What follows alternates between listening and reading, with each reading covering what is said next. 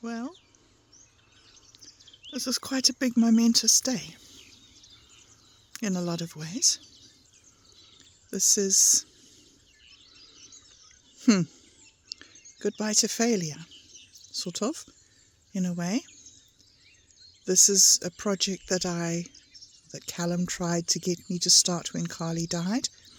He bought me 20 nukes, 20 or 23 nukes, I think. But he bought me nukes and we set them up here. Then we had the hurricane and we had huge wasp attack, all sorts of weather incidents. And anyway, what I've been trying to say is that I couldn't manage with my own issues and with the environmental things. And so this all ran away from me and we had huge colony collapse. And then last year, 4 hives moved in, 4 swarms. So nature decided to repopulate the world with bees. And now I have these 4 hives that I've tried to look after here this summer and haven't managed to. And I'm about to move them. So last night I came down in the dark when everything was meant to be all shut up and good. And Callum asked me to check that there was no holes where the bees could possibly escape from the hive. I said, no, there's none. So he said, well, once you've shut them up, you have to go down to the hive and you have to check that there's no bees getting out of holes anywhere. Because if there are bees getting out of holes, then when we move the hive, they won't know where to go. And I see that there is an issue here with this nuke and that there is a hole in it. And these bees are getting out and then not being able to get back in. So I believe what I have to do here is open this up, block up the hole, and then close it up again. So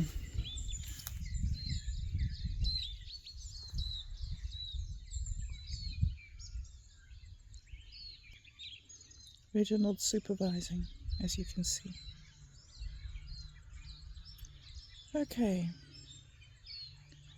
so that is unfortunate and difficult and messes up my plans and throws everything off by a day. However, that's okay. It's a day in the life of an apiary. Okay, what I need to try and do is swivel this now. And it doesn't want to move. Let's try with the other hand. I couldn't do it left-handed. Let's see though if I can do it right-handed. Yes, indeed I can. Look at that. Alright, so I have reopened this nuke. Everything will get in later on today. I will need to come down, block up that little place in the roof where they're getting out. Maybe get some aluminium foil and stick it into that little hole. And then try again this evening. And what are you exploring, Reginald? What do you see? You're not particularly fond of bees, are you?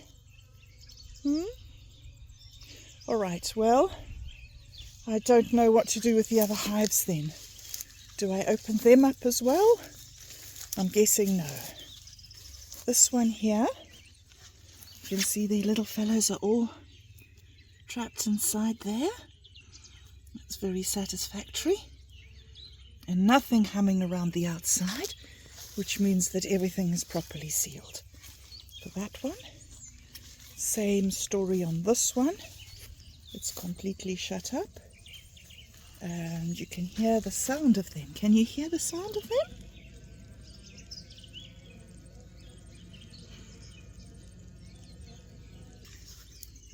But it's interesting when you're doing beekeeping, because they have a sound of a happy hive and a sound of a sad hive.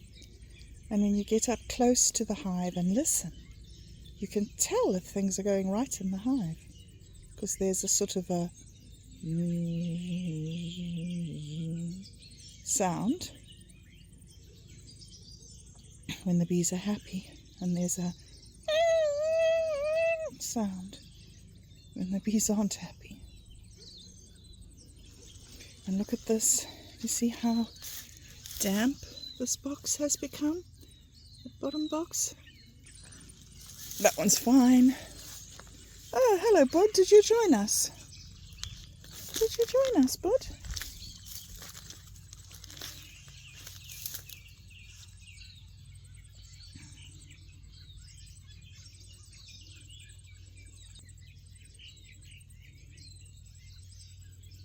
Okay, and here's the last one over here, and there's no activity here.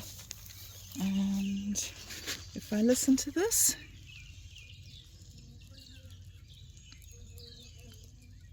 yep, quiet as quiet can be. No problems, no issues.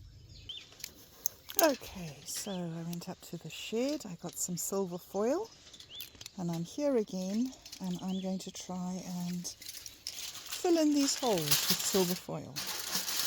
Callum suggested duct tape. I'm going to try silver foil.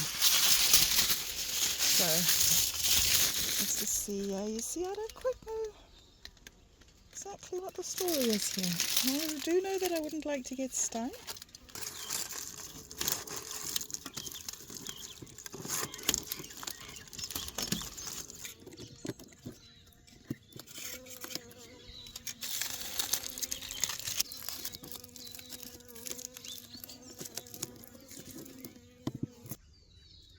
Okay, well, I've done that job good enough for now. They can't get in and out. I don't think that they can move that.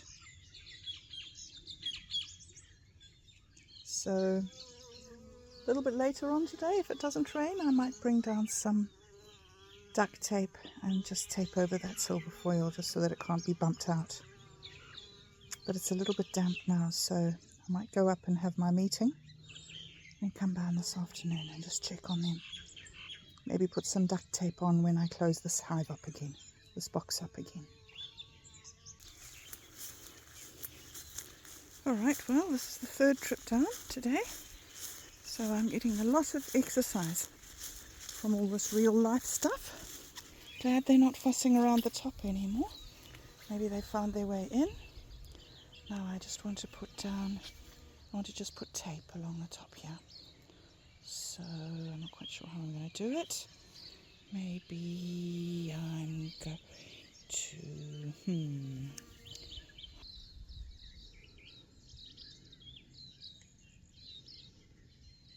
Kind of hoping that it's not going to bite me, that it's just exploring around. Sometimes they don't try to kill you.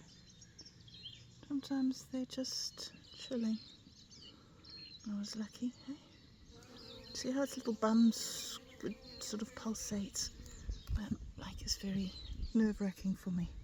Like, oh man, is it getting ready to kill me?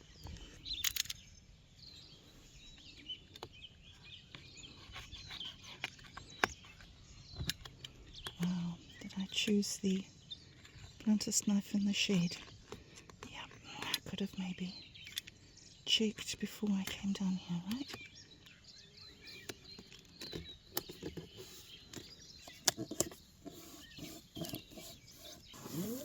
Fixed at so many levels.